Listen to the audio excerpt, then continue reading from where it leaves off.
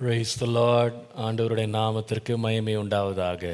Praise the Lord. Glory be to the name of the Lord.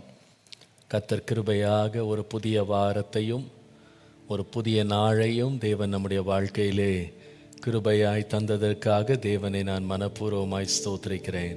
I thank God wholeheartedly for adding one more week and also one more day in our life. கர்த்தர் எவ்வளவு நல்லவர். How good is our God. அவருடைய கிருபை எவ்வளவு பெரியது. And how great are his graces. இந்த காலை வேளையிலேயும் தேவன் நமக்கு புது கிருபைகளை தந்து தேவன் கிருபையாக இன்றைக்குள்ள தியானத்திலே நாம் தேவனுடைய வார்த்தையை கேட்க கர்த்தர் நமக்கு இரக்கம் பாராட்டும்படி ஆண்டவருடைய முகத்தை நோக்கி பார்ப்போம். Even this morning, let us look unto the face of the Lord, that the Lord may grant us grace and render his grace to meditate the word of God. Thank you, Lord. புது கிருபைகள் நீதம் தந்து என்னை நடத்தி சென்றவரே,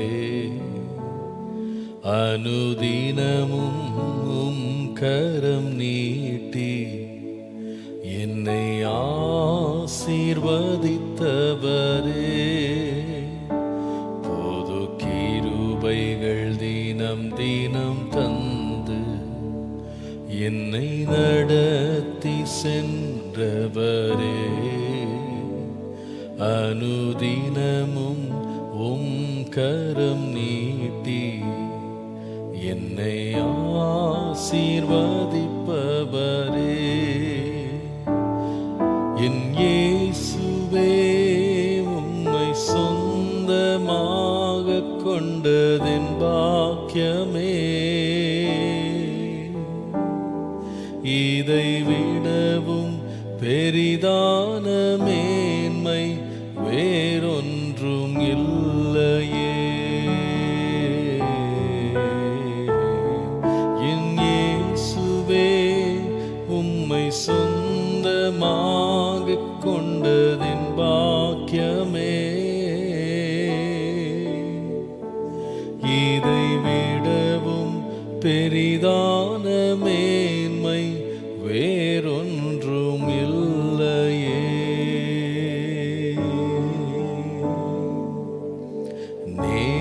நேர்வழியாய் என்னை நடத்தினே, நீதியின் பாதையில் நடத்தினே, நேர்வழியாய் என்னை நடத்தினே, நீதியின் பாதையில் நடத்தினே, காரியம் வாய்க்க செய்தீர், என்னை கண்மணி போல் காத்திட்டீர்,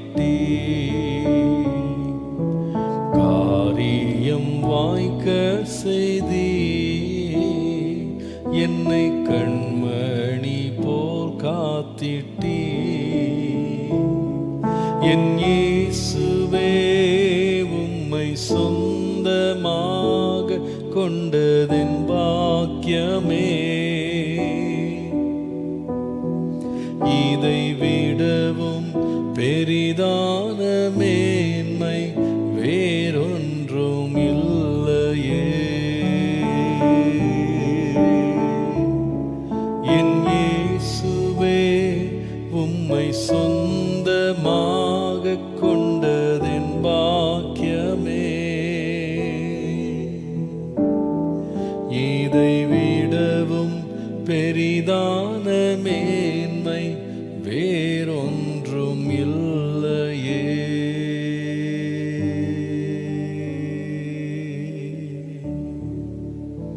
ஆமாப்பா, எங்கள் பாதைகளை எல்லாம் நேர்வழியாக நடத்தி நீதியின் பாதைகளிலே எங்களை கொண்டு செல்லுகிற உம்முடைய கிருபைக்காக நன்றி. Yes, Father. Thank you, Father, for making our path straight and taking us into the path of righteousness. நீர்தான் எங்களை நடத்துகிறீர். You are the one who leads us. உம்மை அல்லாமல் நாங்கள் வழி அறியோம் ஆண்டவரே. Lord, we cannot know the way but only through you, Lord. உம்முடைய பாதைகளில் நடக்கும்போது எங்கள் காரியங்களை எல்லாம் நீர் வாய்க்க செய்கிறீரப்பா. Lord, when we walk in your paths, you make all our things to prosper, Lord. ஆண்டவரே, இன்றைக்கும் உம்முடைய வார்த்தை காரியங்களை வாய்க்க செய்யட்டும். Lord, even today, let your word prosper the things, Father. ஆண்டவரே, இன்றைக்கு நலமானதை போதித்து உம்முடைய சத்தியத்திலே எங்களை வழிநடத்துவீராக. Lord, teach us that is good to us even today and lead us into your truth, Lord. இயேசுவின் நாமத்தில் பிதாவே. In Jesus' name we pray. ஆமென். ஆமென். நீதிமொழிகளின் புஸ்தகம் 3ஆம் அதிகாரத்தினுடைய 32ஆம் வசனத்தை நாம் வாசிக்கலாம். Let us read Proverbs chapter 3 verse 32. மாறுபாடுள்ளவன் கர்த்தருக்கு அருவருப்பானவன், நீதிமான்களோடே அவருடைய ரகசியம் இருக்கிறது.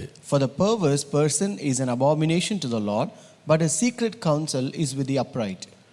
மாறுபாடு உள்ளவன் கர்த்தருக்கு அருவருப்பானவன். For the perverse person is an abomination to the Lord. மாறுபாடு உள்ளவன் அப்படின்ற வார்த்தை, மாறுபாடு அப்படின்ற வார்த்தை ஆங்கிலத்தில் perverse என்று இருக்கிறது. The word perverse is being mentioned in English. இந்த perverse அப்படின்ற வார்த்தை லத்தீன் மொழியில் அது வேர் கொண்டு வருகிறது. So this perverse has its root from the Latin word. இந்த லத்தீன் மொழியில் இந்த perverse அப்படின்ற வார்த்தையினுடைய அர்த்தம் என்னவென்றால் வேறு வழியாக செல்வது. The meaning for this word perverse in Latin is turn from the right way. அல்லது சரியான பாதையை விட்டு விலகி செல்வது. That is turn from the right way.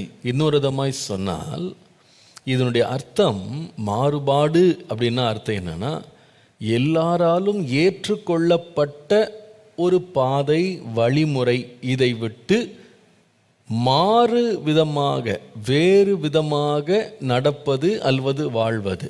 So the other meaning for this word perverse is being contrary to accepted standards or practice. இன்னொரு விதமாய் சொன்னால் வேண்டுமென்றே ஏற்றுக்கொள்ளப்பட்ட அங்கீகரிக்கப்பட்ட எல்லாராலும் விரும்பப்படுகிற வழியை விட்டு வேறு விதமாய் நடப்பது. In other words, you can also say it as a deliberate desire to behave in an unreasonable or unacceptable way.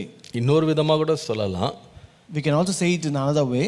யாருமே எதிர்பார்க்காத ஒரு விதத்தில் அல்லது யாருக்குமே பிரியமில்லாத ஒரு விதத்தில் ஒரு மாறுபட்ட விதமாக வினோதமாக வாழ முயற்சி செய்வது, இதுதான் மாறுபாடு அல்லது perverseness என்று சொல்லலாம். So this is the other way we can say that you will try to be strange and not what most people would do or expect or desire. அது ஒரு மனுஷன் தெரிந்தெடுக்கிற ஒரு வாழ்க்கை முறை. That is a lifestyle that is being chosen by man. இதை தான் நீங்கள் நீதிமொழிகள் 21:8 வாசிக்கும் போது, That's what if you read in Proverbs 21:8, குற்றமுள்ளவன் தன் வழிகளில் மாறுபாடு உள்ளவன் என்று சொல்லி பார்க்கிறோம். here we read the way of a guilty man is perverse.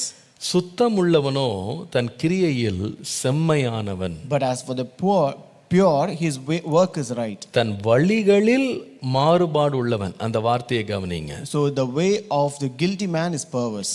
தன் வழிகளில் மாறுபாடு. He is perverse in his ways. அதே நீதிமொழிகள் 22:5 வாசிப்பீர்களானா, if you read Proverbs 22:5, மாறுபாடு உள்ளவனுடைய வழியிலே முள்ளுகளும் கண்ணிகளும் உண்டு அப்படின்னு பார்க்கிறோம். here we read thorns and snares are in the way of the perverse. தன் ஆத்துமாவை காக்கிறவன் அவைகளுக்கு விலகி தூரமாய் அவைகளுக்கு தூரமாய் விலகி போவான் என்று பார்க்கிறோம். he who guards his soul will be far from them. அவைகளுக்கு விலகி தூரமாய் போவான். he who guards his soul will be far from them. கர்த்தருடைய நாமத்திற்கு மகிமை உண்டாவதாக. glory be to the name of the Lord. அப்போ நம்முடைய வழிகள் மாறுபாடா இருக்கணும்ன்றது தேவனுடைய பிரியம் கிடையாது. therefore the Lord doesn't desire our path should be perverse. மனுஷனுடைய வாழ்க்கையின் வழி என்று வரும்போது அதற்கு ஒரே வழி தேவன் நியமித்தது என்னவென்றால் அவரே வழியா இருக்கிறார். when you come to the life of man, when you say way, the Lord has determined or decided that he is the only way. பாருங்க, ஆண்டவர் வானத்தில் உள்ள எல்லாவற்றிற்கும் தேவனே வழியை நியமித்திருக்கிறார். so it is God who has appointed ways for everything that is in heaven. உதாரணமாக நமக்கு முன்பாக இருக்கிற கோளங்கள் இருக்கு பாருங்க, அத்தனை பிளானட்ஸ் அது எல்லாத்துக்கும் ஆண்டவர் தான் வழியை உண்டாக்கி வச்சிருக்கிறார். For example, if we consider the planets that we have, it is Lord who have paved way for every planet. அது தான் இஷ்டத்துக்கு அது போகாது. It cannot move around on its own. கர்த்தர் எந்த வழியை நியமித்திருக்கிறாரோ அந்த வழியில அது பாட்டுக்கு எத்தனையோ ஆயிரம் ஆண்டுகளாக அதை சுற்றி சுற்றி வந்து கொண்டே இருக்கு. So it will revolve around in the path that the Lord has paid for it for thousands of years. அதே போல மிருகங்களை பாருங்க, அதுக்குன்னு கடவுள் வைத்த வழியில அது பாட்டுக்கு வாழ்ந்துகிட்டே இருக்கு. Also consider animals, they live in the way that the Lord has paid for them. அதோட வாழ்க்கை முறைகளை பாருங்க, அது எத்தனை ஆயிரம் ஆண்டுகளானாலும் மாறாமல் தொடர்ந்து வருது. Look at their lifestyle, no matter how many years may pass by, but they live the same lifestyle. அதோட எண்ணங்கள் மாறுறது கிடையாது. Their thoughts will not change. அதனுடைய சுபாவம் மாறுறது கிடையாது. Their character will not change. அதனுடைய உணவு பழக்கங்கள் மாறுறது கிடையாது. Their food style never change. அது பாட்டுக்கு அது கர்த்தர் நியமித்த வழிகள் அது பாட்டு போயிட்டே இருக்கு. They will be moving in the path that the Lord has made for them. அது எங்க வாழணும்னு கர்த்தர் நியமிச்சிருக்கிறாரோ அங்கதான் அது வாழுது. So wherever the Lord has appointed them to live, they will live in that habitation. அப்ப எல்லா பிராணிகளுக்கும் கர்த்தர் தான் வழியை உண்டாக்குகிறார். So it is God who paves way for every animals. அல்லது வாழும் வழின்னு கூட சொல்லலாம். You can also say it is a lifestyle. The way of living, the way of living, எப்படி வாழ வேண்டும் அப்படின்றத கர்த்தர் எப்படி நியமித்தாரோ அது அப்படியே பின்பற்றி போய்கொண்டே இருக்கு. They follow the way of living which the Lord has determined for them. ஆனா மனுஷன் அப்படின்னு வரும்போது மாத்திரம்தான் கர்த்தர் அவன் தெரிந்து கொள்றதுக்குன்னு ஆண்டவர் ஒரு பெரிய சுதந்திரத்தை கர்த்தர் கொடுத்திருக்கிறார். But when you come to man, for man alone the Lord has given a great liberty to choose his own life way. இது மிருகங்களுக்கெல்லாம் இப்படி சாய்ஸ் கிடையாது. Animals have no choice like that. மனுஷனுக்கு முன்னால தான் அந்த choice. But man has this choice. ஏனென்றால் அவன் எல்லா சிருஷ்டிப்பிலும் மேன்மையானவன். Because he is special among all the creation. அவன் தேவனுடைய ரூபமாய் சிருஷ்டிக்கப்பட்டவன். He was made in the image of God. அப்ப அவனை பார்த்து சொல்றாரு, உனக்கு முன்பாக நன்மையும் தீமையும் வைக்கிறேன், உனக்கு எது வேணுமோ நீ தெரிந்தெடுத்துக்கொள். And unto him the Lord says, I have kept a good and evil before you, and you can choose whatever you want. உனக்கு முன்பாக அகலமான பாதையும் இருக்கு, விசாலமான பாதையும் இருக்கு, நெருக்கமான பாதையும் இருக்கு. And you have a narrow path and also a wider path before you. நீ எது வேணாலும் தெரிந்து கொள்ளலாம். You can choose whatever you want. கர்த்தருடைய நாமத்திற்கு மகிமை உண்டாவதாக. Glory be to the name of the Lord. ஆனா ரெண்டையும் வச்சிட்டு ஆண்டவருடைய விருப்பத்தை ஆண்டவர் தெரிவிச்சிடுறாரு. So having placed both the things, the Lord also says his desire. அதை தான் நம்ம ரொம்ப தெளிவாக நீதிமொழிகள் 3ஆம் அதிகாரத்துல வாசிக்கிறோம். That's what we read very clearly in Proverbs chapter 3. நீதிமொழிகள் 3 நீங்கள்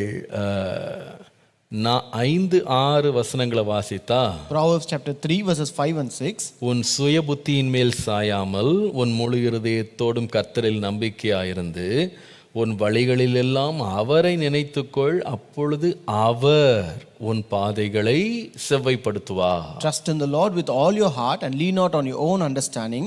In all your ways acknowledge him and he shall direct your paths. அப்போ செவ்வைப்படுத்த தேவன் விரும்புகிறார். So the Lord wants to direct our paths. நம்முடைய லைஃப் நம்ம இஷ்டப்பட்ட விதத்துல வாழணும்ன்றது தேவனுடைய பிரியம் கிடையாது. It is not God's desire that we should live our life as we wish. அவர் என்ன விரும்புறாருன்னா, உன் வழிகளை என்கிட்ட ஒப்புவி, உன் வாழ்க்கை எனக்கு ஒப்புவி, அப்போ நான் எல்லாத்தையும் செட் ரைட் பண்ணுவேன். So what he desires is that you just commit your life and ways to me and I will set right everything. கர்த்தருடைய நாமத்திற்கு மகிமை உண்டாவதாக. Glory be to the name of the Lord. இந்த தேவன் நியமித்த வழியை விட்டு யாரெல்லாம் விலகுறாங்களோ அவங்க தான் மாறுபாடு உள்ளவர்கள். And those people who move away from this path which the Lord has set, they are the perverse people. இன்னொரு விதமா சொன்னா, in other words, தேவனுக்கு தங்களுடைய வழிகளை ஒப்பு கொடுக்காம தங்களுடைய சொந்த வழிகளில் நடக்கணும், தங்க சொந்த முறையில் வாழ்க்கையை வாழணும்னு நினைக்கிறவங்க எல்லாருமே யாருன்னா மாறுபாடு உள்ளவர்கள் தான். In other words, all people who don't commit their ways to God and who want to live their life in their own style, they are the people perverse. அப்போ மெய்யான வழினா என்ன? So what is the true way? யோவான் 14:6 சொல்லுகிறது. John 14:6 says, இயேசு சொன்னார், நானே வழி. Jesus said, I am the way. நானே வழி. I am the way. இதை நான் ரொம்ப யோசிக்க ஆரம்பித்தேன். I began to think upon it. இயேசு எப்படி தானே வழி என்று சொல்வதற்கு எப்படி தன்னை முன்னிறுத்தினார்? So how did the Lord set himself to say that I am the way? இதை யோசித்த பொழுது எனக்கு 4 காரியம் ஆண்டவரை பற்றி எனக்கு ஞாபகம் வந்தது. ஆண்டவர் என்னை ஒவ்வொன்றாய் இதை ஞாபகப்படுத்தினார். So when I was meditating about this, the Lord reminded me about 4 things and also got the 4 things from the Lord. இயேசு எப்படிப்பட்ட வழி? What kind of way is Jesus? 4 காரியங்கள் 4 things. நாம் இதை விளங்கிக் கொள்றதுக்காக முதலாவது Jesus is the way forward. நாம் முன்னேறி சென்று வாழ்வதற்கு இயேசுவே வழியாய் இருக்கிறார். First, Jesus is the way forward. இயேசு சொன்னார், நானே வழியாய் இருக்கிறேன். Jesus said, I am the way. நானும் என்றல்ல, நானே. Not I am also, but I am the way. நான் நினைக்கிறேன், நம்ம மனிதர்களாக ஏதாவது ஒரு இடத்துக்கு நம்ம போகணும், ஒரு பிரயாணம் பண்ணணும்னா முதலாவது அதோட வழியை நம்ம தெரிந்து கொள்ளணும் அப்படின்றது நம்ம எல்லாருடைய விருப்பம். So as human, if you want to go to a place, it is our instinct that we have to choose the path that we are supposed to travel. இயேசு இந்த வார்த்தையை சொன்ன சந்தர்ப்பத்தில் கூட அங்குள்ள சீஷர்கள் எல்லாருமே ஆசைப்பட ஆரம்பிச்சிட்டாங்க. அடுத்தது என்ன, எப்படி நடக்கும், எப்படி செய்வாரு, இதெல்லாம் தெரிந்து கொள்ள அவங்க விரும்பினாங்க. So in the instance where Jesus told this word, all his disciples also wanted to know what is the next step, what would happen, what is the next turn. அடுத்து அவங்க சேர வேண்டிய இடம் எப்படி இருக்க போகிறது, எங்க அவங்கள கொண்டு போக போறாரு, and what would be the destination that they will reach, where will the Lord take them. நாம தூரமா ஏதோ ஒரு பயணம் போறோம்னா இப்பெல்லாம் எல்லாருமே நம்ம இந்த கூகுள் மேப்ஸ்னு வச்சுருக்கோம் பாருங்க, அதை வச்சுட்டு தானே ஜிபிஎஸ் அப்படின்னு சொல்லுவாங்க, அதை வச்சுக்கிட்டு தானே நம்ம எல்லாரும் தூரத்து இடங்களுக்கு போகிறதுக்கு நம்பிக்கையோடு போகிறோம். So when we want to take a long trip or a travel, we just switch on a Google Maps and using the GPS we go with a great hope. நாம் அதில் இருக்கிறதுலே சிறந்த வழி எதுன்னு அது காட்டுகிறது. And it will show us the best route for us to take. அது எவ்வளோ நேரம் ஆகும் அப்படின்றதையும் சொல்லிடுது. It also says the travel duration also. எத்தனை மணிக்கு போய் நம்ம சேருவோன்றதையும் முன்னாடியே கணிச்சிருது. It will also assume the time when we will reach there. இதை போல தான் மனிதன் ஆண்டவர்கிட்ட கூட கேட்கலான்னு நினைக்கிறான். ஆண்டவரே நீங்க சொல்லுங்க எங்க போறீங்க, எப்படி நடத்த போறீங்க, எங்க நீங்க செய்ய போறீங்க, எல்லாமே அவங்க கேட்கணும், தெரிந்து கொள்ளணும்னு விரும்புறாங்க. So in the similar way, men and human also want to know everything before our head, and they ask God, Lord, what is this, what is the next turn, how are we going to go, what is the destination. ஆனா இயேசு அவர்களுக்கு சொன்னாரு, but Jesus told them, நீங்க என்கிட்ட வழியை கேட்டுட்டு நீங்க பாட்டுக்கு நடந்துடலாம் நினைக்காதீங்க. Don't think that you can get the way from me and you can walk as you want. நானே வழி, but I am the way. அப்படின்னா என்னன்னா, நீங்க சரியான வாழ்க்கை வாழ்றதுக்கு சரியான வாழ்க்கை பாதை அப்படின்னா நான் தான் சரியான பாதை. So it means that if you want to live a life, if you want to have a way of living, then I am that way. நீங்க என்னோட நிலைச்சிருந்தீங்கன்னா நீங்க சரியான பாதையில வாழ்றீங்க. If you abide in me, you are living in a correct way. நீங்க என்னோட நிலைச்சிருந்தீங்கன்னா நீங்க தவற மாட்டீங்க. If you abide in me, you will not miss or turn away from the way. என் சத்தத்தையே கேட்டுக்கிட்டே இருந்தீங்கன்னா நீங்க வழி தப்பி போகவே மாட்டீங்க. If you keep listening to my word, you will not stray away from the way. என் ஆலோசனைக்கு உங்களை முழுவதுமா அர்ப்பணிச்சிருந்தா நீங்க தவறே செய்ய மாட்டீங்க. If you commit yourself completely to my counsel, you will not commit any mistake. நீங்க எப்படி வாழணும் அப்படின்றதுக்கு நானே வழி.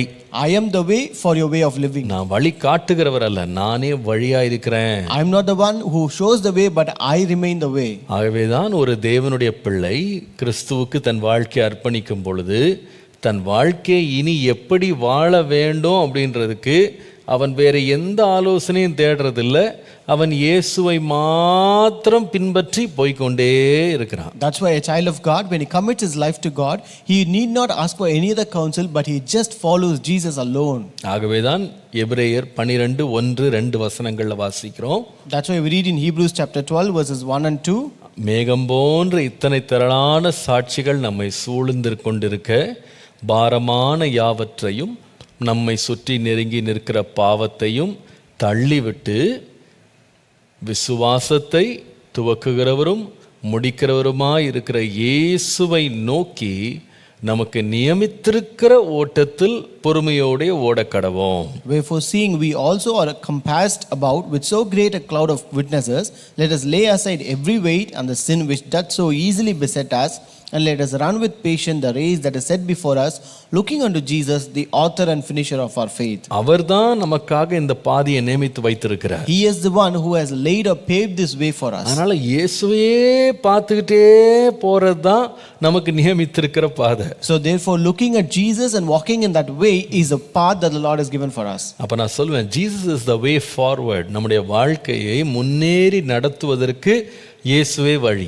So I could tell you first, Jesus is the way forward. யோவான் எழுதின சுவிசேஷம் 2வது யோவான் எழுதின சுவிசேஷம் 8ஆம் அதிகாரம் 34 முதல் 36 வசனங்களை வாசிப்பீர்களானால், Second, if you read John chapter 8 verses 34 to 36, இயேசு அவர்களுக்கு பிரதியுத்தரமாக, பாவம் செய்கிறவன் எவனும் பாவத்திற்கு அடிமையாய் இருக்கிறான் என்று மெய்யாகவே மெய்யாகவே உங்களுக்கு சொல்லுகிறேன். 36ஆம் வசனத்தில், ஆகையால் குமாரன் உங்களை விடுதலையாக்கினால் மெய்யாகவே விடுதலையாவீர்கள்.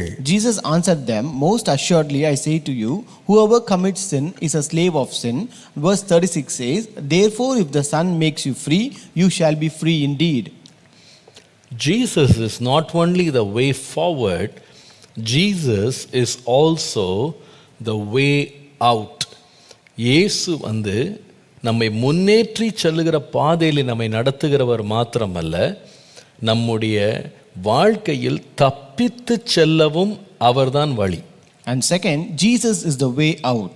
நமக்கு விடுதலை தருகிற வழியை கொடுக்கிறவரும் அவர்தான். He is the one who gives us way out to deliverance. அவர்தான் பாவத்திலிருந்து நமக்கு விடுதலையை கொடுத்து வெளியே கொண்டு வருகிறார். And he is the one who gives us way out of sin. குமாரன் உங்களை விடுதலையாக்கினால்தான் நீங்கள் மெய்யாகவே விடுதலையாவீங்க. Only if the Son makes you free, you shall be free indeed. ஆகவே பாவம் செய்கிற வரைக்கும் நீங்க பாவத்துக்கு அடிமையா தான் இருப்பீங்க. Until you commit sin, you are a slave to sin. அந்த அடிமைத்தனத்திலிருந்து நீங்க வெளியே வரணும்னா இயேசு இல்லாம நீங்க வெளியே வர முடியாது. If you want to come out of that slavery, you cannot come without Jesus. அந்த பரிசேயர்களை போல சில பேர் நாம சொல்றோம், நாங்கெல்லாம் எந்த அடிமைத்தனமும் எங்களுக்கு கிடையாதுன்னு சொல்லிட்டு இருக்கலாம். Like Pharisees, we might be saying we are not under any bondage. ஆனால் இது அவருடைய குறுகிய ஞானத்தை வெளிப்படுத்துகிறது. But that actually reveals a narrow mindedness. Limited understanding, அவர்களுடைய குறுகிய புரிந்து கொள்ளுதலை இது வெளியே கொண்டு வருகிறது. That brings out their limited understanding. அவர்களுக்கு உண்மையா பாவம் என்ன, தேவனுடைய நீதி என்ன அவங்களுக்கு தெரியல. They don't know what is sin and God's righteousness. ஆனால் இயேசு சொன்னாரு, உங்க பாவத்திலிருந்து நான் விடுதலை கொண்டு வர்றதுக்கு என்னை இல்லாமல் வேற வழியே உங்களுக்கு கிடையாது. But Jesus says there is no other way for you to come out of sin other than me. வாழ்க்கையை முன்னால வாழ்றதுக்கும் முன்னேறி போறதுக்கும் இயேசுதான் வழி. So Jesus is the way forward. இயேசுதான் தப்பித்து செல்லவும் வழி. And Jesus is the way out. மூன்றாவது சொல்லுவேன், யோவான் 10ஆம் அதிகாரம் 9 முதல் 10 வாசிப்பீர்களானால். And third, John chapter 10 verses 9 and 10. நானே வாசல், என் வழியாய் ஒருவன் உட்பிரவேசித்தால் அவன் ரட்சிக்கப்படுவான், அவன் உள்ளும் புறம்பும் சென்று மேய்ச்சலை கண்டடைவான். I am the door. If anyone enters by me, he will be saved and will go in and out and find pasture. அப்போ இயேசு வாழ்க்கை வாழ்வதற்கான முன்னேறும் வழி மாத்திரமல்ல. Jesus is not only the way forward. பாவத்திலிருந்து விடுதலை பெற்று சுதந்திரமாய் வாழ அவர் வழி மாத்திரமல்ல. Jesus is not only the way out of sin for us to live a free life. மூன்றாவது சொல்லுவேன், இயேசுவே உள்ளே செல்வதற்கான வழி. Third, I could tell you, Jesus is the way in. அவர் ஒரு மெய்ப்பனாக இங்கே சித்தரித்து தன்னை காண்பிக்கிறார். Here he compares himself to a shepherd. அவர் சொல்லுகிறாரு, நான் தான் வாசல்பா. He says, I am the door. நீங்க ஏன் வழியா தான் நீங்க உள்ளும் புறமும் சென்று மேய்ச்சலை கண்டடையலாம். And you can find pastures only by going in and out through me. நான் தான் வழி. I am the way. என் வழியா நீங்க உள்ள போனாதான் மேய்ச்சல் கிடைக்கும். Only if you enter into me, by me, you can find the pasture. நீங்க ஆத்துமாவுக்கு போஷாக்கை கண்டுபிடிப்பீங்க. You can find a nourishment for your soul. உண்மையான திருப்தி உங்க வாழ்க்கையில உண்டாகும். You will receive the real satisfaction in your life. அங்கதான் வாழ்வு இருக்கு. And that is where you can find your life. நான் இல்லாம வசனமே கிடையாது. There is no word without me. நான் இல்லாம போஷிப்பே கிடையாது. There is no nourishment without me. எனக்குள்ள நீங்க வரும்போது தான் பாதுகாப்பா இருக்கீங்க. Only if you come into me, you will have that protection. அப்போ உங்களுடைய வாழ்க்கையில வேதனைக்கும் துக்கத்துக்கும் ஆபத்துக்கும் விலக்கி காக்கிறவர் நான் மாத்திரம்தான். It is I who always delivers you from all kind of pain and danger and sorrow. அந்த தொழுவத்திற்குள்ளே இருக்கிற பாதுகாப்பு எனக்குள்ள தான் இருக்கு. So this protection into the manger is actually with me. எனக்குள்ள தான். நீங்க எனக்குள்ள வரும்போது தான் பாதுகாக்கப்படுறீங்க. Only if you come into me, you will be saved. அன்றைக்கு பழைய ஏற்பாட்டிலே நோவாவின் பேழைக்குள்ளே பிரவேசித்தவர்கள் 8 பேர் மாத்திரம் காக்கப்பட்டது போல ஞானஸ்நானத்தின் வாயிலாக இயேசுக்குள்ள பிரவேசிக்கிற நாமும் காக்கப்படுகிறோம். Like how in the times of Noah, the 8 persons who entered into the Noah's ark were saved, we as we enter into Jesus through baptism, we will be saved. இப்படிப்பட்ட பாதுகாப்புக்குள்ள நம்மளை கொண்டு போறதுக்கு வழி யாருன்னா இயேசு மாத்திரம்தான். Jesus is the only way for us to take into such kind of protection. எல்லாத்துக்கும் மேல இயேசு எப்படிப்பட்ட வழி? Above all, what kind of way is Jesus? மறுபடியும் யோவான் 14:6 பாருங்களேன். Again read John 14:6. இயேசு சொல்லுகிறாரு, நானே வழியும் சத்தியமும் ஜீவனுமாய் இருக்கிறேன், என்னாலே அல்லாமல் ஒருவனும் பிதாவினிடத்தில் வரான். Jesus said to him, I am the way, the truth and the life. No one comes to the Father except through me. அப்போ முதலாவது Jesus is the way forward. அவர் நம்மை முன்னேற்றி செல்லுகிற வழியாக அவர் இருக்கிறார். First, Jesus is the way forward. ரெண்டாவது, நாம் ஆபத்து அல்லது பாவத்திலிருந்து தப்பித்து செல்லவும் அவர்தான் வழியா இருக்கிறார். Second, he is the way out of sin. மூன்றாவது, நாம் மேய்ச்சலுக்குள்ளே செல்வதற்கும் பாதுகாப்புக்குள்ளே செல்வதற்கும் அவரே வழியா இருக்கிறார். Third, he is the way in to the pasture and also into the protection. நான்காவது, பிதாவை சேருவதற்கு அவர் மூலமாக தான் வழி உண்டாகிறது. And fourth, Jesus is the way through whom you can reach Father. Jesus the way through. அவராலே அல்லாமல் பிதாவினிடத்தில் யாரும் சேரவே முடியாது. No one can come to the Father except through him. அதெல்லாம் ஏன் உங்களுக்கு சொல்றேன் அப்படின்னா, why do I say all these things? இயேசு தான் வழி. It's because Jesus is the way. அவரே மெய்யான வழி. He is the true way. அப்போ அந்த வழியை விட்டுட்டு ஒரு மனுஷன் தான் போகிற பாதை, தன்னுடைய சுய வழிகள் சிறந்த வழிகள்னு ஒருவன் பிசகி போனா அவன்தான் யாருன்னா மாறுபாடு உள்ளவன். If any person who stray away from that true path and if he follow his own desire and path, then he is the perverse man. நம்முடைய வாழ்க்கையை கொஞ்சம் யோசித்து பாருங்களேன். Just think about your life. ஒவ்வொரு நாளும் நம்ம வாழ்றதுக்கு, நம்ம முன்னேறதுக்கு யார் நம்மை வழி நடத்துகிறா? Who is that leading us for us to go forward in our life? நம்முடைய மாம்சம் நம்மளை நடத்துதா?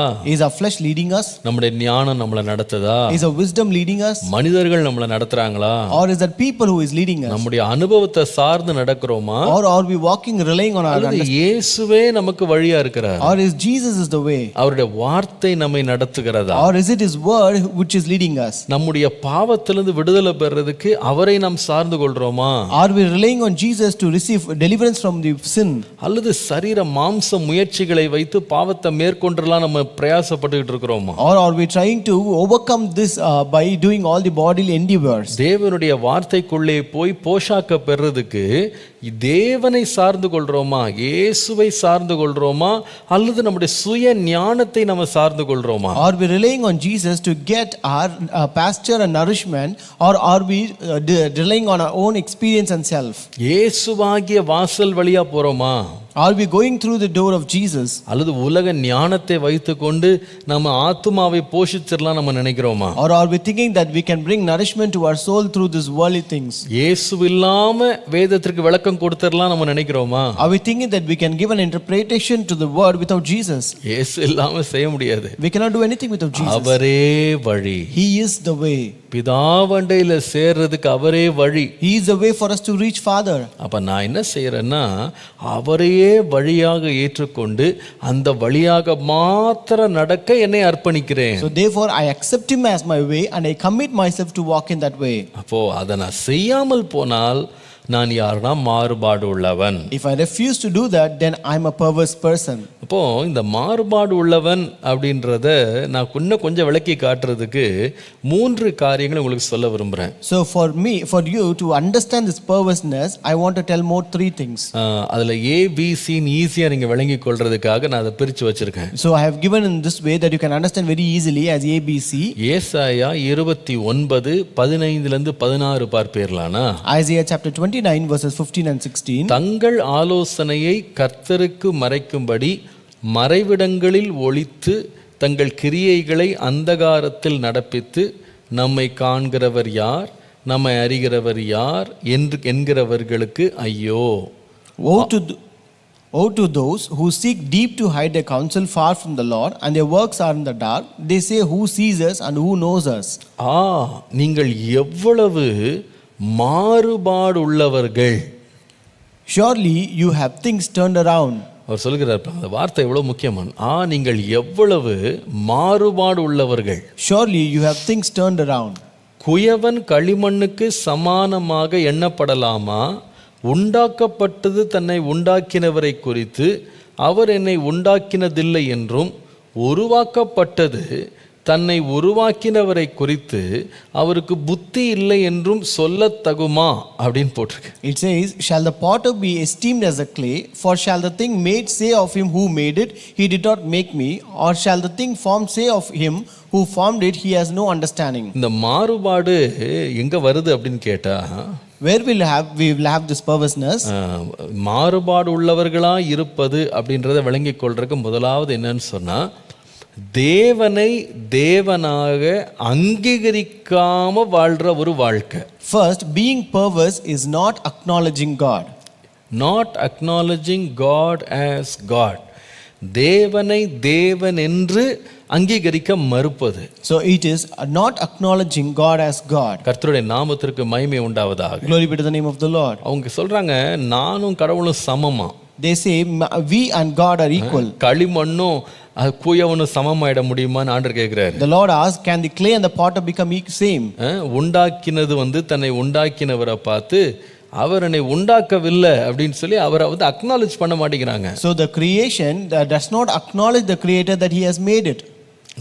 உண்டாக்கினவரை பார்த்து அவருக்கு புத்தி இல்லை என்று சொல்லி உண்டாக்கினது சொல்லுதான். So the creation says unto the creator that he has no understanding. அப்போ மாறுபாடு உள்ள மனுஷன் யாரு அப்படின்னு கேட்டா, தேவனை தேவன் என்று அங்கீகரிக்காம தான் சுய புத்தியில வாழ்றான் பாருங்க, அவன் தான் மாறுபாடு உள்ளவன். So who is a perverse person? He is a one who does not acknowledge God as God. ரெண்டாவது, இந்த மாறுபாடு உள்ளவங்க யார் தெரியுமா? Second, who are these perverse people? அப்போஸ்தலர் 2ஆம் அதிகாரம் 40ஆம் வசனம் பாருங்க. Acts chapter 2 verse 40. அங்க பேதுரு ஒரு வார்த்தை சொல்றார். 40ஆம் வசனத்தை முதல்ல வாசிக்கலாம். Verse 40, let us read first. அவர் சொல்றாரு, இன்னும் அநேக வார்த்தைகளினாலும் சாட்சி கூறி மாறுபாடு உள்ள இந்த சந்ததியை விட்டு விலகி உங்களை ரட்சித்துக் கொள்ளுங்கள் என்று புத்தி சொன்னார். And with many other words he testified and exhorted them saying, be saved from this perverse generation. இந்த மாறுபாடு உள்ள சந்ததியை விட்டு விலகுங்க. Be saved from this perverse generation. அப்ப நீங்க ரட்சிக்கப்படுவீங்க. Then you shall be saved. இந்த மாறுபாடு உள்ள சந்ததினா யாரு?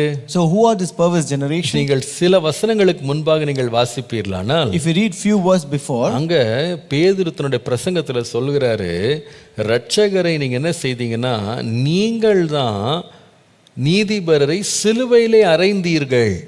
So here Peter says, you were the one who crucified Jesus. நீங்க தான் அவரை அறைஞ்சிட்டீங்க. You were the one who crucified. உங்களுடைய சொந்த கைகளாலே நீங்க அவரை சிலுவையில் அறைந்தீங்க. You crucified Jesus on the cross by your own hands. இன்னொரு விதமாய் சொன்னால், உங்களுக்காக மேசியாவாக அவர் வந்தாரு, ஆனா நீங்க அவரை விசுவாசிக்கல அல்லது ஏற்றுக்கொள்ளல. In other words, he came as Messiah for you, but you did not believe him or accept him. நீங்க அவரை ஏற்றுக்கொள்ளல. You did not receive him. நீங்க ஏற்றுக்கொள்ளாம நீங்க அவரை என்ன செய்றீங்கன்னா, அவரை சிலுவையில் அறைஞ்சிட்டீங்க. But you did not believe or receive him, but rather you crucified him on the cross. பாருங்க 23ஆம் வசனம் பாருங்க. Verse 23 says, ஒப்பு கொடுக்கப்பட்ட அந்த இயேசுவை நீங்கள் பிடித்து அக்கிரமக்காரருடைய கைகளினாலே சிலுவையில் ஆணி அடித்து கொலை செய்தீர்கள் அப்படின்னு போட்டிருக்கு. Here he says, him being delivered by the determinate counsel and foreknowledge of God, he have taken by wicked hands, have crucified and slain him. அப்போ இந்த மாறுபாடு உள்ள சந்ததின்றது என்னன்னா, தங்களுக்காக அனுப்பப்பட்ட இரட்சகரை நிராகரித்து, so this perverse generation or the generation who have rejected Jesus who was sent for them, அத இயேசுவையே கொலை செய்த ஒரு சந்ததி. that is a generation who killed Jesus even. இப்போ அப்போஸ்தலனாகிய பேதுரு சொல்றாரு, இந்த சந்ததியிலிருந்து நீங்க என்ன பண்ணுங்கன்னா பிரிந்து வெளியே வாங்க. Now Apostle Peter says, you be saved from this generation. அப்ப நீங்க ரட்சிக்கப்படுவீங்க. Then you shall be saved. கர்த்தராகிய இயேசு கிறிஸ்துவை நீங்க விசுவாசிங்க. You believe in Jesus Christ as Savior. Savior. நீங்களும் உங்க வீட்டார் ரட்சிக்கப்படுவீங்க. And then you and your household shall be saved. நீங்க விசுவாசித்து ஞானஸ்நானம் பெறுங்க. You believe and be baptized. அப்ப நான் சொல்லுவேன், இந்த மாறுபாடு அப்படின்றது வந்து முதலாவது தேவனை தேவன் என்று அங்கீகரிக்காம இருக்கிறது. First, being perverse is not acknowledging God as God. இரண்டாவது அவரை ஏற்றுக்கொண்டு விசுவாசிக்காம இருப்பது. And second, being perverse is not believing in Jesus and not accepting him. அப்போ அவர் மேல் விசுவாசம் வைக்காம இருப்பது. It is not believing in him, அவர் மேல சந்தேகத்தை எழுப்புவது. but having a doubt about him. அவர் மேல கேள்விகளை எழுப்புவது. Raising questions against him. அவரை வந்து அங்கீகரிக்காமல் இருப்பது. It's not accepting or acknowledging him. அவர் தங்களுடைய இரட்சகராக தங்கள் பாவத்தை சுமந்து தீர்க்கிற தேவாட்டுக்குட்டியாக வந்திருக்கிறார் என்பதை ஏற்றுக்கொள்ளாமல் இருப்பது. It's not accepting that he came as their savior and the lamb that was slain to carry their அதுதான் sins. மாறுபாடு உள்ள வாழ்க்கை. That is a perverse life. அப்ப இவங்க என்ன சொல்றாங்கன்னா, நாங்க ரட்சித்துக் கொள்வோம். Here they say that we can save ourselves. எங்களுக்கு ஒரு ரட்சகர் தேவையில்லை. We need no savior for us. எங்க வாழ்க்கைக்காக நாங்களே ஒரு வழியை உண்டாக்கிக்கிடுவோம். We can make a way for our own life. பிதாவினிடத்தில் வந்து சேர்றதுக்கு இயேசுலாம் அவசியம் இல்லை. So we need no Jesus to reach Father. அவரை சேர்றதுக்கு இயேசு தேவையில்லை. We don't need Jesus to reach the Father. இப்படி எல்லாம் சொல்லி பேசுறவங்க சிந்திக்கிறவங்க இருக்காங்க பாருங்க, இவங்க யாருன்னா மாறுபாடு உள்ளவர்கள். People who speak in similar way and think that way, they are perverse people. இயேசுவுக்கு முக்கியத்துவம் கொடுக்காம தங்களுடைய கிரியைகளின் மேல் முக்கியத்துவம் கொடுக்கிறவங்க மாறுபாடு உள்ளவர்கள். People who don't give importance to Jesus but gives importance to their own deeds and works, they are the perverse people. இயேசுவை விசுவாசிக்காம மற்ற எல்லாவற்றையும் நம்புறவங்க வந்து மாறுபாடு உள்ளவர்கள். People who don't believe in Jesus but believe other things, they are perverse people. நான் நினைக்கிறேன் இது நம்ம ரொம்ப கவனிக்க வேண்டிய ஒரு காரியம். I think this is an important thing that we should be very careful about. வாழ்க்கையில மாறுபாடு வரக்கூடாது. அது கர்த்தருக்கு அருவருப்பானதுன்னு போட்டிருக்கு. It says this perverseness is an abomination to God. முதலாவது அவரை நான் தேவன் என்று முதல்ல நான் அங்கீகரிக்கணும். First I have to acknowledge God as God. இன்னைக்கு நிறைய புது உபதேசங்கள்லாம் வருது. நான் கூட கடவுள் அப்படின்னு சொல்லிக்கிறாங்க. Today there are new doctrines rising up. They say I am also God. என்னவா? What is that? தாங்களே இப்ப தேவர்களாம். Now they have become gods. இது என்ன கதைன்னு கேட்டா, களிமண் வந்து குயவனை பார்த்து நான் கூட குயவன் அப்படின்னு சொல்றது போல. So this is like how the clay looks at the potter and says I am also the potter. நான் கூட என்னால நிறைய செய்ய முடியும். I can also do many things. பாருங்க, நான் இப்போ ஒரு பாத்திரம் ஆயிட்டேன் பாத்தீங்களா? See, now I become a vessel. நான் எவ்வளவு அழகா இருக்கேன் பாருங்க. See how beautiful I am. நானும் I am somebody அப்படின்னு சொல்றது. It is like saying I am somebody. என்னைக்காவது களிமண் குயவனா வர முடியுமா? Can someday this clay become a potter? நீ என்னதான் அழகா இருந்தாலும் எவ்வளவு மேன்மையாக இருந்தாலும் களிமண் என்னைக்கு களிமண் தான்.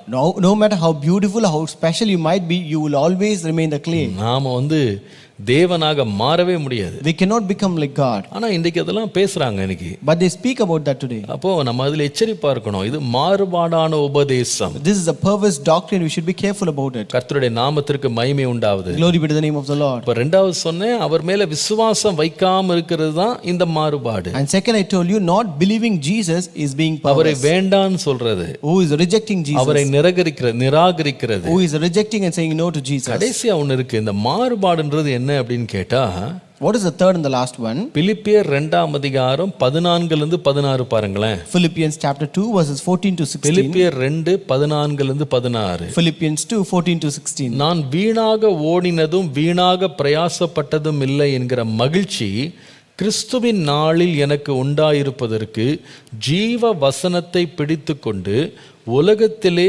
சுடர்களைப் போல பிரகாசிக்கிற நீங்கள் கோணலும் மாறுபாடுமான சந்ததியின் நடுவிலே குற்றமற்றவர்களும் கபடற்றவர்களும் தேவனுடைய மாசற்ற பிள்ளைகளுமாயிருக்கும்படிக்கு எல்லாவற்றையும் முறுமுறுப்பில்லாமலும் தர்க்கிப்பில்லாமலும் செய்யுங்கள்.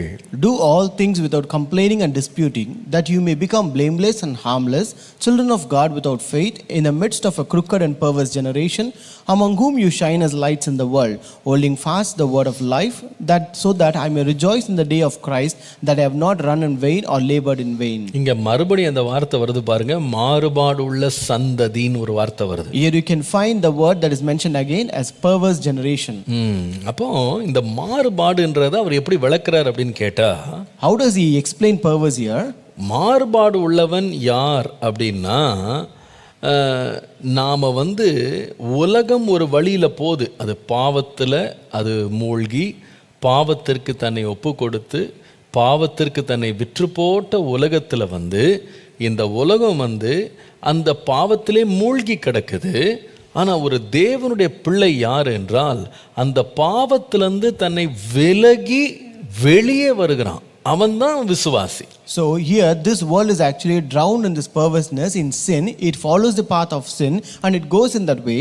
But who is a believer who remains away from that path and who remains and stay away from the path? அவன் தன்னுடைய வழிகளை மாற்றிக் கொள்ளுகிறான். He is the one who changes his ways. 15ஆம் வசனம் பாருங்க. Verse 15 says, கோணலும் மாறுபாடுமுள்ள சந்ததின்னு போட்டிருக்கு. It says crooked and perverse generation. அவர்கள் நடுவுல நீங்க குற்றமற்றவர்களாக, கபடற்றவர்களாக, மாசற்ற பிள்ளைகளாக இருக்கணும். So amidst that you have to remain blameless, harmless children of God without fault. அப்பனா அர்த்தம் என்னன்னா இந்த சந்ததியை நீங்க மாற்ற முடியாது. So it means that you cannot change the generation. ஒரு சந்ததி ஒன்னு இருக்கும், அது கடைசி வரைக்கும் மாறுபாடா தான் இருக்கும். There will remain a generation which will be perverse until the end. கடைசி வரைக்கும் தேவனுடைய வார்த்தைக்கு கீழ்ப்படியாமலே தான் வாழ்வாங்க. They will live without obeying to the word of God forever. கடைசி வரைக்கும் ஆண்டவருக்கு முரட்டாட்டம் பண்ணி தான் வாழ்வாங்க. They will be against and rebelling against the Lord forever. அவங்க கடைசி வரைக்கும் தேவனுக்கு பிரியமில்லாத வாழ்க்கையை தான் அவங்க வாழ்வாங்க. They will live a life that is not pleasing to God forever. அவர்கள் மாற போறது கிடையாது. They will not change. ஆனா நீங்க அதே சந்ததிக்கு நடுவுல வாழும் பொழுது, but when you live amidst that generation, நீங்க எப்படி வாழணும்னா மாற்றப்பட்டவர்களா வாழணும். You should live a way that you have changed your ways. நீங்களும் கோணலா வாழக்கூடாது. You should not also live in a crooked way. அவர்கள் நடுவுல நீங்க குற்றமற்றவர்களாக நீங்க வாழணும். But amidst them you should live a blameless life. கபடற்றவர்களாய் வாழணும். You should live a harmless life. மாசற்ற பிள்ளைகளாக நீங்க வாழணும். You should live as children of God without fault. வேதம் சொல்கிறது இந்த சந்ததிக்கு நடுவுல நீங்க ஜீவ வசனத்தை பிடித்து கொண்டு வாழணும். So the Bible says amidst this generation you have to hold fast the word of life. இந்த உலகத்துல நீங்க சுடர்களை போல பிரகாசிக்கணும். And amidst this world you have to shine as lights in this world. அது இன்னொரு விதமாய் சொன்னால், in other words, இந்த இருண்ட உலகத்துல நீங்க வெளிச்சமா பிரகாசிக்கணும். In this world of darkness you should shine as lights. இந்த உலக மக்களுடைய வழக்கத்திலேயே நீங்க வாழக்கூடாது. You should not walk according to the style of this world. இந்த உலக மக்கள் செய்யற காரியங்களை நீங்க செய்யக்கூடாது. You should not do or practice the things that is done by this worldly men. இந்த உலக மக்களுடைய பிரியத்தை நீங்க நிறைவேற்றக்கூடாது. You should not fulfill the delight or desire of this worldly people. இந்த உலகத்திலிருந்து நீங்க பிரிந்து வர வேண்டும். You should be separated from this world. அப்போ மாறுபாடு உள்ளவன் யார் என்றால் தன்னுடைய தீய வழிகளை விட்டு விலகாதவன் தான் மாறுபாடு உள்ளவன். So who is a perverse person? He is the one who will never change his ways from evil. பாருங்க, நம்ம எவ்வளவுதான் வாழ்க்கையில தாறுமாறாய் நாம வழிகளை தேவனுக்கு விரோதமாக திருப்பி வாழ்ந்தாலும் மீண்டும் நாம் சீரடையவும் நேர்வழிக்கு வரவும் தேவன் நமக்கு வாய்ப்புகளை தராமல் இருக்கிறதே இல்லை. See, no matter how much we stay away from the Lord or live a perverse life or a life that is not pleasing to God, the Lord always gives us opportunities to return back to the Lord. உதாரணமாக லூக்கா 15ஆம் அதிகாரத்துல கெட்ட குமாரன் நம்ம வாசிக்கிறோம் பாருங்க, அவனுடைய சம்பவத்தை பாருங்க. So for example, when you read in Luke chapter 15, we have this prodigal son. அவன் வாழ்க்கையின் விளிம்பு வரைக்கும் போயிட்டான். So here he went to the brink of his life. அதாவது அவனுடைய தன்மானத்தை இழந்துட்டான், அவனுடைய நண்பர்களை இழந்துட்டான், அவனுடைய பணத்தையும் செல்வத்தையும் இழந்து கடைசியில் ஆகாரம் புசிக்கிறது கூட வழி இல்லாத பசி கொடுமை வறுமை கோட்டுக்கு போயிட்டான். So here he lost his dignity, he lost his money, he lost his friends. He went to the extent of starving for food and with hunger. அந்த லெவலுக்கு போகும்போது வேதம் சொல்றது அவனுக்கு புத்தி தெளிஞ்சுதான். தெளிஞ்ச உடனே அப்பாவை பார்த்து திருப்பி வந்தான். So when he went to that extent, he got his senses back and then he came back to his father. அவன் வீட்டுக்கு வரும்போது நல்ல வஸ்திரம் கிடையாது. When he came back to home, he did not have good garments. மகன் என்று அடையாளப்படுத்துற மோதிரம் கிடையாது. He did not have a ring that can identify him as a son. அவன் கால்ல பாதரட்சை கிடையாது. There was no sandals on his feet. வயிற்றுக்கு சாப்பாடு கிடையாது. There is no food for his belly. அடிமையிலும் ஒரு பிச்சைக்காரனுடைய நிலைமைக்கு மகன் மாறினாலும் அவன் திரும்பி வருவதற்கு கதவு திறக்கப்பட்டிருந்தது. Though the son has become like a slave and a servant, the door was open for him to return back. எவ்வளவு மோசமான நிலையில் இருந்தாலும் திரும்பி வர்றதுக்கு ஒரு வாய்ப்பு இருக்கு. No matter how bad was his situation, he had an opportunity to return back. யூதாஸ் இஸ்காரியோத்தை பாருங்க. Look at Judas Iscariot. கடைசி வரைக்கும் ஆண்டவர் அவனோட பேசிக்கொண்டே தான் இருந்தார். The Lord was speaking to him until the end. அவன் செய்கிற குற்றத்தை அவனுக்கு உணர்த்தி கொண்டே தான் இருந்தார். The Lord was convicting his mistake. அவனுக்கு கடைசி நிமிஷம் வரைக்கும் வாய்ப்பு கிடைத்து கொண்டே தான் இருந்தது. He was receiving chances until his last moment. அடிக்கடி நான் யோசிப்பேன், I used to think very often, இந்த இயேசுவோடு சிலுவையில் அறையப்பட்ட கள்ளர்கள்ல ஒருவன் அந்த கடைசி நிமிஷத்துல பாருங்க இயேசுவிடத்துல இரக்கம் கேட்டு இயேசுவோடு பரதேசிக்கு சென்றான்னு சொல்லி பார்க்கிறோம். one of the thief that was hanged with Jesus, you can see at the last moment he received the grace and mercy of God, and he also entered the paradise of God. அப்போ நம்முடைய வாழ்நாட்கள்ல ஒவ்வொரு நாளும் ஒவ்வொரு சந்தர்ப்பத்திலையும் நம்முடைய வாழ்க்கைகளை மாற்றிக்கொள்ளுகிற ஒரு வாய்ப்பை கர்த்தர் நமக்கு தொடர்ந்து தந்து கொண்டே இருக்கிறார். Therefore it means that the Lord is continually giving us chances and opportunities for us to change our ways at each and every moment of our life. ஒவ்வொரு செய்தியை நம்ம கேட்கும் போதும் அது ஒரு வாய்ப்பு. So every message and sermon that we listen, it is an opportunity for us. ஆகவே தான் எபிரேயர்ல வாசிக்கிறோம், இன்றைக்கே இரட்சணிய நாள். That's why we read in Hebrews, today is the day of salvation. இதுவே அனுக்கிரக காலம். This is the appointed time. உனக்கு நலமானவைகளை இன்றைக்கு நீ தெரிந்து கொண்டா நல்லா இருக்கும். If you choose what is good for you today, that would be better for you. இன்றைக்கு நீ தெரிந்து கொள். You choose the better one for you. இன்றைக்கு அவருடைய சத்தத்தை கேட்பீர்களானால், if you listen to his word today, வனாந்தரத்துல கோபமூட்டினது போல நீ கோபமூட்டாம இருங்க. do not anger the Lord how you angered him in the wilderness. அப்போ ஒவ்வொரு நாளும் ஒரு வாய்ப்பு தான். So it is a chance every day for us, நம்முடைய வழிகளை திருப்புவதற்கு, for us to change our நம்முடைய paths, வாழ்க்கைகளை மாற்றுவதற்கு. to change our life. அப்போ கர்த்தர் சொல்றாரு, நீங்க மாறுபாடு உள்ளவர்களா வாழணும்னு அவசியம் இல்ல. The Lord says you need not live a perverse life. நான் உங்களுக்கு வழியாக உங்க நிக்கிறேன். I am standing as a way before you. உங்களை வழி நடத்த நான் போதுமானவரா இருக்கிறேன். I am sufficient to lead you. என்ன பாருங்க, நான் வழியாக இறங்கி வந்திருக்கிறேன். Look at me, I have come down as a way for you. நானே வழி. I am the way. நீங்க என்ன பார்த்துட்டு உங்க வழிகளை விட்டு நீங்க விலகி என் பக்கம் திரும்புங்கன்னு ஆண்டவர் கூப்பிடுறாரு. The Lord is calling, look at me, you turn away from your ways and come to my way. நான் சொல்றேன், அவருடைய சத்தத்தை கேட்டு நாம் வழிகளில் திருப்பத்தை நாம் கொண்டு வருவோமானால், so if we listen to his word and bring a change in our way, நம்ம மாறுபாடுகளிலிருந்து விலகுவோம். then we will be away from the perverseness. மாறுபாடு உள்ளவன் யார்? Who is a perverse person? தேவனை தேவன் என்று அங்கீகரிக்காதவன். He is the one who will not acknowledge God as God. தேவனை தேவன் என்று அங்கீகரிக்க மாட்டான். He will not acknowledge God as God. நாம் அப்படி இருக்கணும்னு அவசியம் இல்ல. It is not necessary for us to remain the same. கர்த்தனே தேவன் என்று அறியுங்கள். Know that the Lord is a God. நாம் அல்ல, அவரே நம்மை உண்டாக்கினார். It is not us, but it is he who made us. நாம் அவருடைய மேய்ச்சலின் ஆடுகளாய் இருக்கிறோம். We are the sheep of his pasture. நான் அவரை அங்கீகரிக்கிறேன். I acknowledge him. எப்படி அங்கீகரிக்கிறேன்? How do I acknowledge him? என்னுடைய வழிகளை எல்லாம் அவருக்கு நான் ஒப்பு கொடுக்கிறேன். I commit all my ways to him. ஒவ்வொரு நாள் அவரை நான் தேடுறேன். I seek him every day. எல்லாவற்றிலும் அவரை நினைவு கூறுகிறேன். In all things I remember him. அவரே முதல் நிலைப்படுத்துகிறேன். I set him as my priority. அவரை ஆராதிக்கிறேன். I worship him. அவருக்கு மகிமையை செலுத்துகிறேன். I give glory to him. என் தேவையின் வேளைகள்ல அவரை நோக்கி முறையிடுகிறேன். In times of my need I look unto the Lord and pray to him. ஏனென்றால் எனக்கு தெரியும் எனக்கு ஒரு தேவன் இருக்கிறார். It's because I know I have a God. கர்த்தருடைய நாமத்திற்கு மகிமை உண்டாவதாக. Glory be to the name of the Lord. நம்ம வாழ்க்கையில இந்த மாறுபாடு வந்துடவே கூடாது. We should not have this perverseness in our life. ஆண்டவரே, எல்லா நிலையிலையும் கர்த்தரை கர்த்தர் என்று அங்கீகரிக்க எனக்கு கிருபை தார். Lord, in all my situation give me grace to acknowledge God as God. இரண்டாவது, அங்கீகரிக்கிறது அறிந்து கொள்றது மாத்திரம் இல்ல, அவர் மேல் பூரணமான விசுவாசம் வைக்கணும். Second, not only acknowledging God but also believing in Jesus. விசுவாசம் இல்லாமல் தேவனுக்கு பிரியமாயிருப்பது கூடாத காரியம். It is impossible to please God without believing. தேவனிடத்திலே சேருகிறவன் அவர் உண்டென்றும் அவரை உண்மையாய் தேடுகிறவர்களுக்கு பலனளிக்கிறவர் என்றும் விசுவாசிக்க வேண்டும். So he that reaches the Lord, he should believe that he is and that he will reward the one who comes to him. கர்த்தருடைய நாமத்திற்கு மகிமை உண்டாவதாக. Glory be to the name of the Lord. அவர் மேல் நான் விசுவாசம் வைக்கலனா நான் மாறுபாடு உள்ளவனா மாறிடுவேன். So if I don't believe him, I become perverse. மூன்றாவது, என்னுடைய வழிகளை நான் மாற்றாமல் போவேனானால் நானும் யாரா மாறிடுவேன்னா மாறுபாடு உள்ளவனா மாறிடுவேன். Third, if I don't change my ways, then I become perverse. இந்த உலகம் ஒரு வழியில போயிட்டு இருக்கு. The world is going in its own way. சுற்றி இருக்கிறவங்க எல்லாம் ஒரு பாதையை தெரிந்தெடுத்து போயிட்டு இருக்காங்க. All the other neighbors are going their path, they choose their path and go. அகலமான பாதையில் ஒரு பெருங்கூட்டம் போகுது. There is a great multitude going in a wide way. ஆனா ஒரு பக்கம் இயேசு கூப்பிடுறார், நானே வழிப்பா. But on the other side, Jesus is calling, I am the way. இந்த சந்ததியில நீ குற்றமற்றவனாய் மாசற்றவனாய் வாழணும், வழிகளை திருப்பு.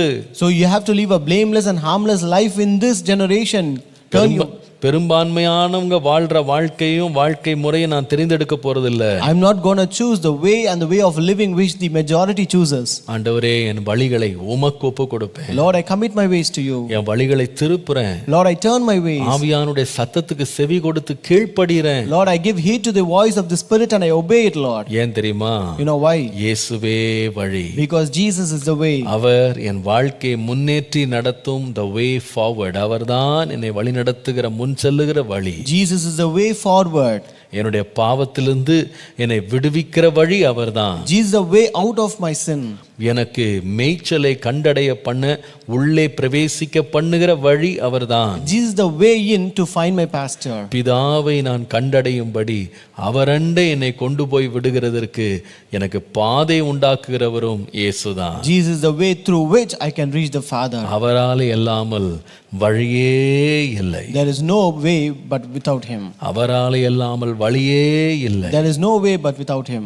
அப்போ ஒரு முறை நான் ஒரு பள்ளிக்கூடத்துக்கு போயிருக்கும்போது ஒரு மாணவி என் இடத்துல ஆர்கியூமெண்ட்டுக்காக வந்தாள். So once when I went to a school, a student came to me for an argument. அவள் சொன்னா, how can you say that Jesus is the only way?